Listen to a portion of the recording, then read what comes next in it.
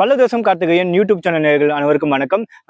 விடுதலை சிறுத்தைகள் கட்சிக்கும் நாம் தமிழர் கட்சிக்கும் நடிகர் விஜய் அவர்கள் வந்து வாழ்த்து தெரிவித்தது. அதாவது இங்க ரெண்டு பேருமே விசிக வந்து தனிச்சு நின்று இரண்டு எம்பி தொகுதியில ஜெயிச்சதால அவங்களுக்கு வந்து தேர்தல் ஆணையம் வந்து அங்கீகாரம் கொடுத்திருக்காங்க. இந்த பக்கம் பாத்தீங்கன்னா நாம் தமிழர் கட்சி வந்து 8% வாக்குகளை வந்து பெற்றதால அவர்களுக்கும் வந்து தேர்தல் ஆணையம் வந்து மாநில கட்சி அப்படிங்கிற ஒரு விஷயத்தை வந்து அங்கீகரிச்சு ஒரு விஷயத்தை கொடுத்திருக்காங்க.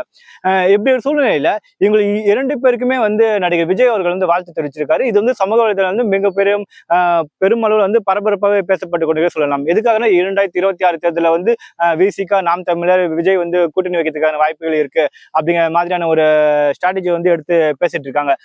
உண்மையிலே பாத்தீங்கன்னா இந்த இரண்டு கட்சிகளும் எப்படி தன்னுடைய தேர்தல் அங்கீகாரத்தை பெற்றாங்கன்னு சொல்லிட்டு நம்ம ஒரு நுண்ணரசியல் பார்வையில பாத்தீங்கன்னா, தொடர்ச்சியாக திமுக கூட்டணியில வந்து சவாரி செய்து திமுக வந்து எவ்வளவுதான் அசிங்கப்படுத்தினாலும் சரி, அதை பத்தி ஒரு பெரிய அளவுல கண்டுக்காம நாங்க திமுக முதல்ல தான் நாங்க சவாரி செய்வோம் அப்படிங்கிற ரீதியில தொடர்ச்சியாக விசிக சார்ந்தவர்கள் வந்து பயணிச்சதால திருமாவளவர்கள் வந்து திமுகவுக்கு தான் போட்டியிட 2 தொகுதிகளை தவிர்த்து மற்ற 38 தொகுதிகளிலும் வந்து ஆதரவு கொடுத்து வந்த காரணத்தால அவங்க வந்து 2 தொகுதியில ஜெயிச்சு இப்ப வந்து அங்கீகாரம் பெற்றிருக்காங்க.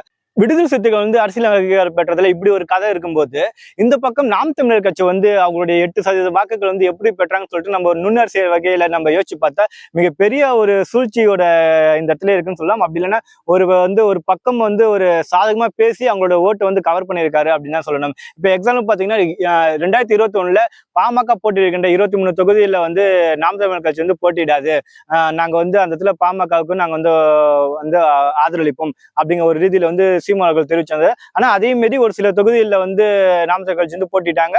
மற்ற தொகுதியில் வந்து பாமகவுக்கு நாம் தமிழர் கட்சி வந்து நாம் தமிழர் தம்பிகள் வந்து ஓட்டு போடுவாங்க அப்படிங்கிற ஒரு ரீதியில வந்து ஒரு விஷயத்த ஒன்று சொல்லியிருந்தாரு. ஆனா அதே மாரி ஒரு சில இடத்துங்கள்ல நாத்தகா வந்து போட்டிட்டாங்கன்னு நம்ம சொல்லலாம். இது ஒரு புறம். ஆனா இதுல ஒரு நுண்ணரசியல் இருக்குன்னு நம்ம சொல்லலாம். அதுக்கு அடுத்து பாத்தீங்கன்னா விஜய் அவர்கள் வந்து புதுசா கட்சி தொடங்கிட்டாரு. ஆனா நான் வந்து இந்த தேர்தலில் போட்டிட மாட்டேன், 26 தான் போட்டிடுவேன் அப்படிங்கிற ரீதியில அவர் வந்து அறிக்கை கொடுத்ததால தொடர்ச்சியாக நாம் தமிழ் சீமானவர்கள் வந்து விஜய் வந்து மாநாடு போட்டாருன்னா அவர் என்னை அழைத்தாருன்னா கண்டிப்பா நான் போவேன், அதுக்கப்புறம் நானும் விஜய் வந்து ஒன்று சேர்ந்து கண்டிப்பா 2027 ஒன்று சேர்க்க வாய்ப்பு இருக்கு, அப்ப தம்பி விஜய் வந்து நான் அவருக்கு வந்து ஆதரவு தரேன், இது மாதிரி தொடர்ச்சியாக விஜய்க்கு சப்போர்ட்டாவே பேசினாரு. நல்லா புரிஞ்சுக்குங்க, விஜய் வந்து கட்சி ஆரம்பிச்சுட்டாரு. ஆனா அவர் வந்து இந்த தேர்தலில் போட்டிட மாட்டேன், நான் வந்து 2026 தான் போட்டிடுவேன் அப்படிங்கிற மாதிரி ரீதியில வந்து ஒரு அறிக்கை ஒண்ணு கொடுத்துட்டாரு. இதை மையமாக வைத்து விஜய் ரசிகர்களோட வாக்குகளை வாங்குவதற்காக தொடர்ச்சியாக சீமான் அவர்கள் வந்து இது மாதிரி விஜய்க்கு ஆதரவாகவே பேசி வந்ததால விஜய் ரசிகர்கள் அனைவருமே வந்து சீமானுக்கு ஓட்டு போட்டுட்டாங்க. இதுதாங்க உண்மையான நிலவரம் பார்த்தா. அதுக்கப்புறம் வந்து இதுல ஒரு 2 விஷயம். ஒரு பக்கம் வந்து பாமக வந்து கிட்டத்தட்ட பார்த்தா வட மாவட்டத்துல 100 தொகுதியில 20,000 முதல் கிட்டத்தட்ட பாத்தீங்கன்னா 50,000 70,000 வரைக்கும் வந்து தங்களுடைய வாக்கு வங்கியை வந்து வச்சிருக்காங்கன்னு சொல்லலாம். இது மாதிரி பாமக வந்து 23 தொகுதியில போட்டிட்ட காரணத்தால மற்ற தொகுதியில, அதாவது சீமானோட கணிப்பு தான், மற்ற தொகுதியில வந்து நம்ம பாமகவுக்கு ஆதரவா நம்ம செயல்பட்டா மற்ற தொகுதியில வந்து பாமகவோட வாக்கு வாங்கிடலாம், பாமக போட்டியிடாத இடத்துல பாமகவினரோட வாக்கு வங்கி வந்து நம்ம அசல்ட்ட கிடைச்சிடும் அப்படிங்கிற ரீதியில ஒரு அரசியல் ஆகட்டும். அதுக்கப்புறம் வந்து போட்டியிடாத விஜய் அவருடைய கட்சிக்கு வந்து தொடர்ச்சியாக ஆதரவு கொடுத்து அவருடைய ரசிகர்களோட வாக்குகளை வாங்குவதாகட்டும். இதுதாங்க சீமானோட நுண்ணரசியல். இது பாருங்க, இந்த 2த்தையும் கவர் பண்ணி தான் அவர் வந்து மிகப்பெரிய அளவுல இப்போ ஒரு தேர்தல் அங்கீகாரம் அப்படிங்கிற ஒரு விஷயத்த வந்து பிடிச்சிருக்காருன்னு நம்ம சொல்லலாம். இதை வந்து தொடர்ச்சியா பார்த்தீங்கன்னா 2026 இதே சீமான் விஜய் கூட்டணி அமையாம விஜய் வந்து தனியா போட்டிட்டாருன்னு வச்சுக்கோங்க, தொடர்ச்சியா பார்த்தா சீமானோட வாக்கு சதவீதம் என்கிறது 2% கீழே இறங்கும். இதுதான் உண்மை நிலவரம். அவங்க வந்து கண்டிப்பா அதோட அவருடைய எலெக்ஷன் கனவு, தேர்தல் கனவுங்கிறத மறந்துட வேண்டியதுதான். இதே போலதான் திருமாவளவன் அவர்களுடைய நிலைமையும் நம்ம சொல்லலாம்.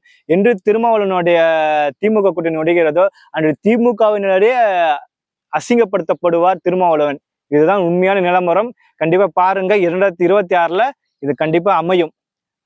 திருமாவளவன் வந்து இப்பயே விஜய் கூட இல்லைன்னா அதிமுக கூடயே கூட்டணி போறதுக்கான அனைத்து வாய்ப்புகளும் இருக்கு. பாமக பாஜக கூட்டணி ஒரு பக்கம் தொடர்ந்தால் திருமாவளவனுக்கு திமுக கூட்டணியில சரியான இடங்கள் கிடைக்காத பட்சத்தில் இது மாதிரியான ஒரு முடிவை எடுப்பதற்கான வாய்ப்புகள் இருக்கு. அன்று திமுகவினாலே திருமாவளவன் என்னும் பிம்பம் வந்து சுக்குநூறாக உடைப்படும். குறிச்சு வச்சுக்கோங்க. நன்றி, வணக்கம்.